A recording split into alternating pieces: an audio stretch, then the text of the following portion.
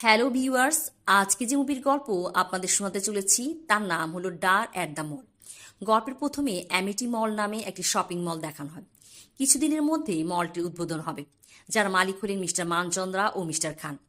এই মলের security officer Rajendra একদিন গভীর রাতে মিস্টার খানকে ফোন করে বলে সে জবটি ছেড়ে দেবে এবং মিস্টার খানকে বিষ্ণু নামে একজনকে নিরাপত্তা কর্মকর্তা হিসেবে নিয়োগ দিতে রিকমান্ড করে। এত রাতে ফোনে এসব কথা শুনে মিস্টার খান কিছু বুঝে উঠতে পারে না। তিনি সকালে কথা বলবে বলে ফোন কেটে দেয়। এদিকে আমরা দেখি রাজেন্দ্র ভয়ার্ত আতঙ্কিত হয়ে একটা অদৃশ্য ছায়ামূর্তির সাথে কথা বলছে। বলে তার কথা মতো সে যা বলতে বলেছে সে তা করেছে, তাকে এখন ছেড়ে দেওয়ার জন্য অনুরোধ করতে থাকে।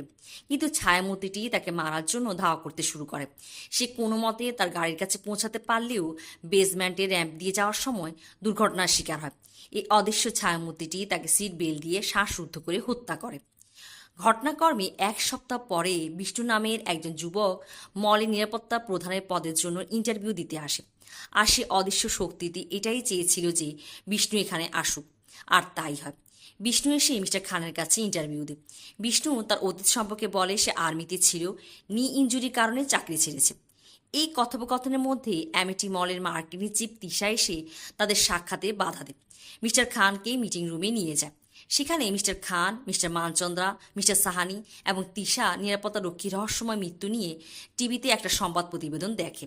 বিষয়টা এমন যে অ্যামিটি মলের কনস্ট্রাকশন শুরু হবার পর থেকে এখন পর্যন্ত মলের ভেতর বেশ কয়েকজন কর্মচারীর রহস্যজনক মৃত্যু হয়েছে। তাই নিউজে অ্যামিটি মলটিকে ভুতুরে বলে সংবাদ দেখানো হচ্ছে।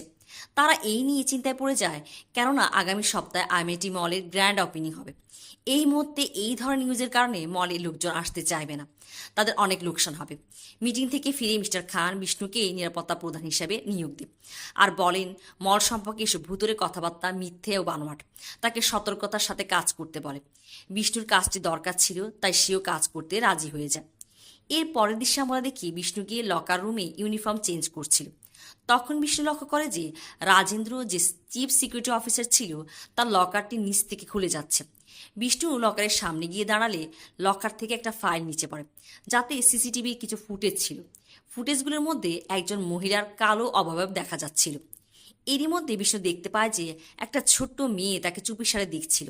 কিন্তু বিষ্ণু বুঝতে পারে না মেয়েটি এখানে কোথা থেকে এলো। মেয়েটি তাকে অর্জুন বলে ডেকে ওঠে।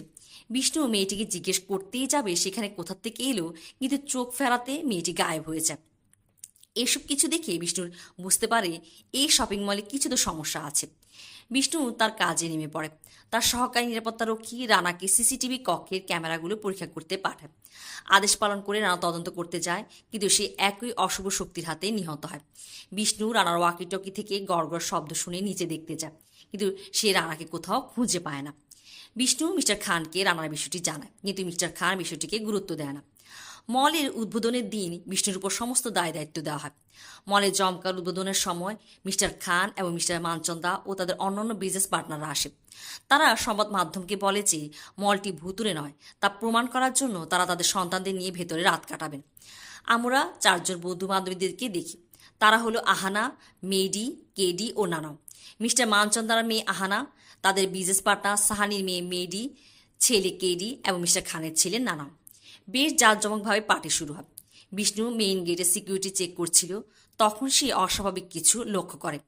মলে লনের দিকে গেলে সে একটা বক্স খুঁজে পায়।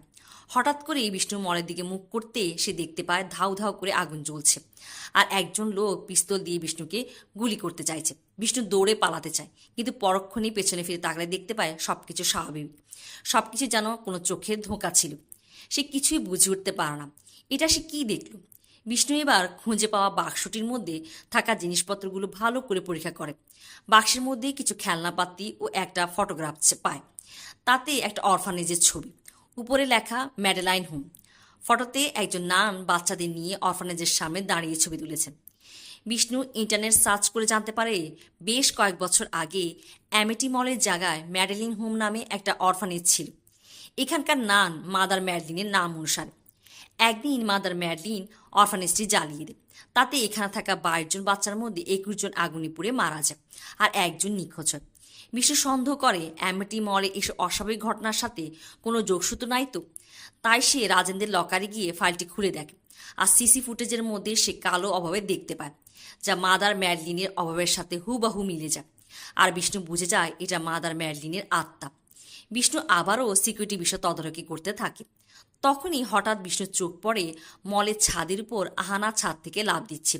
বিষ্ণু গিয়ে আহানাকে ধরে ফেলে। আহানা তাকে অর্জুন বলে ডেকে ওঠে। পরক্ষণই আহানা স্বাভাবিক রূপে ফিরে আসে।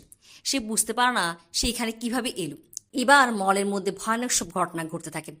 এক এক করে মলে আসা সাহানি, তার মেয়ে ও ছেলে মেডি, কেডি, ওর মার্কেটিং চিপ তিশাকে মাদার ম্যাডলিন ও ছোট এক বাচ্চার অশুভ আত্মা মেরে ফেলে। তাদের ডেড বডি দেখে সবাই ভয়ে মল থেকে বের হওয়ার জন্য মলের গেটের কাছে দৌড়াতে শুরু করে। সবাই গেটের কাছাকাছি আসতেই গেটে আপনা আপনি বন্ধ হয়ে যায়। সবাই পাগলের মতো ভয়ে চিৎকার ও চেঁচামেচি করতে থাকে। তারা সেখানে একটা ছোট বাচ্চার আত্মা দেখতে পায়। এর মধ্যে ইলেকট্রিসিটি চলে গিয়েছিল। তা ফিরে আসলে সবাই মল থেকে বের হওয়ার জন্য এবার লিফটের কাছে যায়। তারা লিফটে উঠে গ্রাউন্ড ফ্লোরে বাটন টিপে, কিন্তু লিফট ফোর্থ ফ্লোরে চলে আসে। এখানে মাদার ম্যাডলিন ও ছোট ছোট বাচ্চাদের আত্মা তাদের ভয় দেখাতে শুরু করে। মিস্টার খান বাঁচার জন্য বেপরোয়া গুলি চালাতে থাকে এবং ভুলবশত তালি হাতে তার ছেলে নানাও মারা পড়ে। মিস্টার খান এবার পাগলের মতো আচরণ শুরু করে এবং মিস্টার মানচন্দার সাথে ঝগড়া ও দোষারোপ করতে থাকে এবং বলতে থাকে যে সেই রাতে তারা যা করেছিল তা তাদের কখনোই করা উচিত হয়নি। অবশেষে মিস্টার খানও সেই মাদার ম্যাডলিনের আত্মার হাতে নিহত হয় এবং কেবল মিস্টার মানচন্দা, তার মেয়ে আহানা ও বিষ্ণু জীবিত থাকে। তারা এবার এসি ডাক্টের ভেতর দিয়ে পালানোর চেষ্টা করে। তখনই বিষ্ণুকে মাদার ম্যাডলিনের আত্মা টেনে নিয়ে যায়। আহানা আর মানচন্দা মলের লনে পৌঁছে যায়। ওদিকে বিষ্ণু নিজেকে মলের এক জায়গায় আবিষ্কার করে আর সেই ছোট্ট মেয়েটিকে দেখতে পায় যাকে সে প্রথম দিন মলের লকার রুমে দেখেছিল। এবার গল্পের আসল পর্দা ওঠে। মেয়েটি বিষ্ণুকে বলে বিষ্ণুর আসল নাম অর্জুন। সে মাদার ম্যাডলিন আরও 21 জন অনাথ শিশুদের সাথে ম্যাডলাইন হোমে নামে অনাথ আশ্রমে থাকত, যেটি অ্যামেটি শপিং মলের জমিতে অবস্থিত ছিল। মিস্টার খান ও মিস্টার মানচন্দা জমিটি কিনতে চেয়েছিল, সেখানে মল বানাবে, কিন্তু মাদার ম্যাডলিন মানা করে দেয়। তারা মাদার ম্যাডলিনের উপর নানাভাবে চাপ সৃষ্টি করতে থাকে। মাদার ম্যাডলিন রাজি না হওয়াতে মিস্টার খান ও মানচন্দার লোকেরা তাকে হত্যা করে এবং অনাথ আশ্রমটিতে আগুন লাগিয়ে দেয়। তাতে মাদার ম্যাডলিন ও 21 জন অনাথ বাচ্চা সবাই পুড়ে মারা যায়। শুধু অর্জুন আশ্রমের অন্য রাস্তা দিয়ে বেরিয়ে পড়তে সক্ষম হয়। তবে মিস্টার খান তাকে পেছন থেকে গুলি করে। অর্জুন বেহুশ হয়ে পড়ে। পরে কেউ একজন তাকে বাঁচায়। মাথা আঘাত পাবার কারণে অর্জুন সবকিছু ভুলে যায়। এবার বিষ্ণু পুরো বিষয়টি বুঝতে পারে। বিষ্ণু গিয়ে মিস্টার মানচন্দার মুখোমুখি হয়। তাকে বলে সে ম্যাডলাইন হোমের সেই 22 নম্বর অনাথ শিশু অর্জুন, যে কিনা নিখোঁজ হয়েছিল, যাকে তারা পুড়িয়ে মারতে পারেনি। আর বলতে থাকে কিভাবে তারা মাদার ম্যাডলিন আর 21 জন অনাথ শিশুদের আগুনে পুড়িয়ে মেরেছিল। এইসব শুনে আহানা স্তম্ভিত হয়ে রয়ে যায়। মাদার ম্যাডলিনের আত্মাই সেই মিস্টার মানচন্দ্রাকে নিয়ে যায়। তাকে তাদের জ্বলে যাওয়া ডেড বডিগুলো দেখায়। মানচন্দ্রা রোগ কেঁপে ওঠে। মাদার ম্যাডলিন আহানা ও বিষ্ণুর সামনে মিস্টার মানচন্দ্রার শরীরের ভেতর আগুন লাগিয়ে দেয়। মানচন্দ্রা মারা যায়। এবার আহানা আর বিষ্ণু মল থেকে বেরিয়ে আসার জন্য দৌড়াতে থাকে, কিন্তু মাদার ম্যাডলিনের আত্মা আহানাকে আক্রমণ করে এবং আহানার শরীরের ভেতরে আগুন জ্বালিয়ে দিয়ে তাকে পুড়িয়ে মেরে ফেলতে চায়। কিন্তু বিষ্ণু তাকে থামতে অনুরোধ করে এবং বলে যে আহানা নির্দোষ। সে আহানাকে জড়িয়ে ধরে, তাতে বিষ্ণুর শরীরে আগুন ধরে যায়। বিষ্ণুর আহানার জন্য আত্মত্যাগ দেখে মাদার ম্যাডলিন তাদের দুজনকে ছেড়ে দেয়। এরই মধ্যে রাতের অন্ধকার কেটে সূর্যের আলোক রোশনি এসে জায়গাটিকে আলোকিত করে তোলে। অবশেষে মাদার ম্যাডলিন ও 21 জন শিশুর আত্মা বিষ্ণুকে বিদায় জানিয়ে অদৃশ্য হয়ে যায়। তাদের আত্মার মুক্তি হয়। সেই দৃশ্যে আমরা দেখি বিষ্ণু আহানা একসাথে মল থেকে বেরিয়ে দিনের আলোয় হেঁটে যাচ্ছে। এভাবেই গল্পের শেষ হয়।